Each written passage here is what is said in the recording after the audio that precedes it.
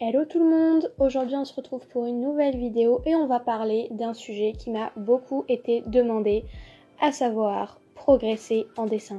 Comment progresser en dessin? Et puis même comment débuter le dessin parce que c'est aussi important et c'est une question qui revient souvent sur Instagram. Chaque fois vous me demandez en privé des petites astuces et comme ça au moins vous savez que ici je vous donne mes astuces dans cette vidéo, j'aurais pas répété 25 000 fois. Donc voilà, c'est tout bénef.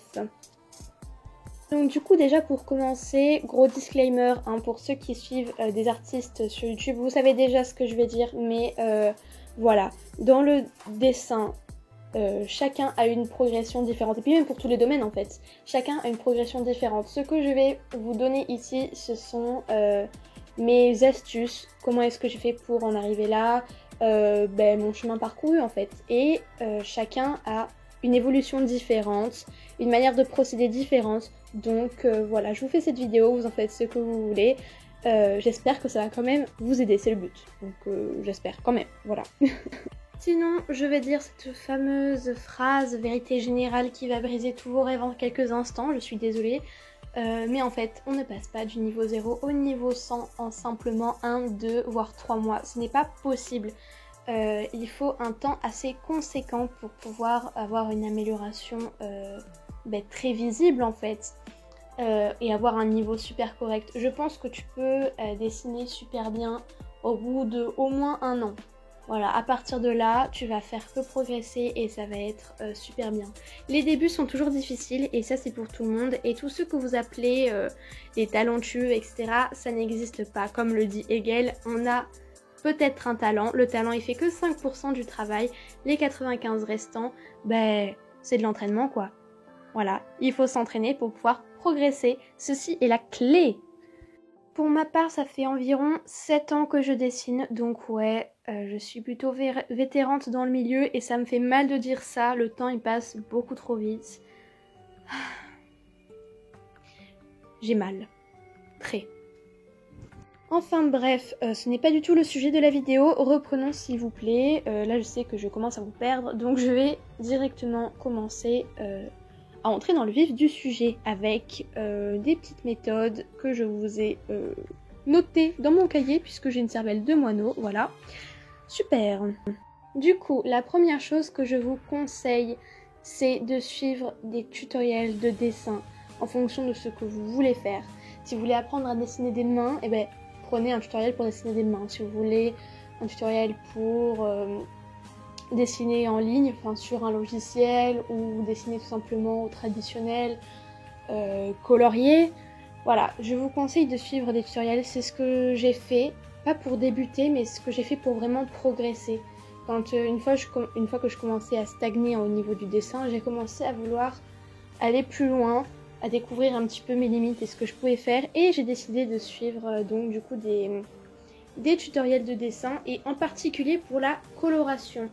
Parce que c'était vraiment un truc où j'étais pas très à l'aise. Et depuis que j'ai regardé des tutoriels de dessin au niveau de la coloration, tout a changé. Vraiment, j'ai évolué à une vitesse, je pensais même pas que j'en étais capable. Donc c'est vraiment un super moyen de pouvoir s'entraîner et de pouvoir progresser rapidement.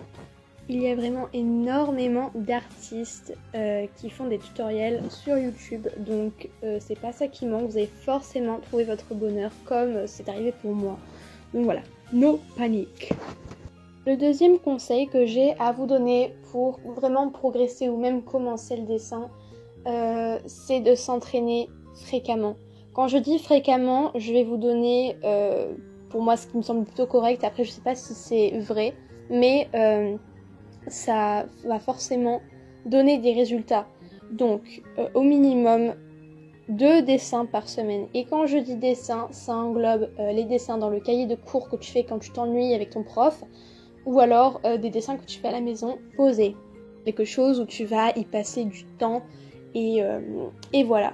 Et pour le mieux du mieux, ce serait de faire au moins un dessin par jour. Et ça, ce serait vraiment le top parce que tu verrais vraiment une progression rapide, efficace, et puis tu perds pas la main, donc du coup c'est vachement bien. C'est ce que j'ai fait pendant un certain temps et c'est ce que je recommence à faire en cours, du coup, vu que je m'ennuie énormément. on va pas se le cacher, je recommence à dessiner des trucs dans mon cahier et punaise, qu'est-ce que ça marche bien. Ensuite, le troisième conseil que je peux vous donner, c'est de prendre des références. Des références pour tout. Si vous n'arrivez pas à dessiner une main, et ben vous allez prendre une image de main et puis vous allez la regarder et essayer de la retranscrire. Ça va vachement vous permettre d'évoluer, de voir les proportions, ce qu'il faut que vous fassiez ou pas. Et franchement, ça marche du tonnerre. Alors par contre, je suis un peu nulle pour recopier des trucs, du coup, quand je recopie un truc, c'est pas forcément ouf. Voilà, notamment une main, c'est pas ouf, comme je l'ai dit. Donc voilà, prendre une image pour référence, c'est vachement intéressant et ça te permet de voir les erreurs que tu dois faire, que tu ne dois pas faire du coup. Bah oui, non, tu vas pas faire une erreur exprès quand même, c'est pas possible. Bref, ma langue a fourché, n'en tenons pas compte. Alors pour un quatrième conseil, bon là c'est vraiment facultatif, perso je m'en sers pas énormément, mais on m'a acheté des cahiers de dessin, du coup avec des références de poses et tout, donc ça peut aider, je conçois, personnellement je m'en sers pas trop, je préfère aller sur Pinterest, aller regarder des dessins et m'inspirer d'eux plutôt que de regarder un livre. Voilà, je sais pas pourquoi, c'est psychologique, peut-être que ça peut être bénéfique pour vous. En tout cas, pour moi, ça ne l'est pas vraiment, mais c'est toujours un conseil que je peux vous donner, donc je pose ça là. Et enfin, le dernier conseil que je vais appeler un ordre, c'est de ne surtout pas déprécier votre art, votre dessin, de dire que vous êtes nul, que vous n'avez pas progressé, que c'est de la merde. Vous ne pouvez pas dire ça parce que c'est faux, vous ne le voyez peut-être pas, mais nous on le voit, donc voilà, ne dites pas ça parce qu'en fait, ça ne va que vous tirer vers le bas et vous n'allez même pas progresser. Du coup, rien que par la pensée d'être négatif, vous allez donner un travail qui n'est pas à la hauteur de ce que vous pouvez faire. Donc voilà. Bref, c'est déjà la fin de cette vidéo, c'est passé super vite. J'espère que ces conseils un peu répétitifs vous auront quand même un minimum aidé parce que c'est le but en fait. Et je vous fais plein de gros bisous. On se retrouve dans une prochaine vidéo en fait. Voilà.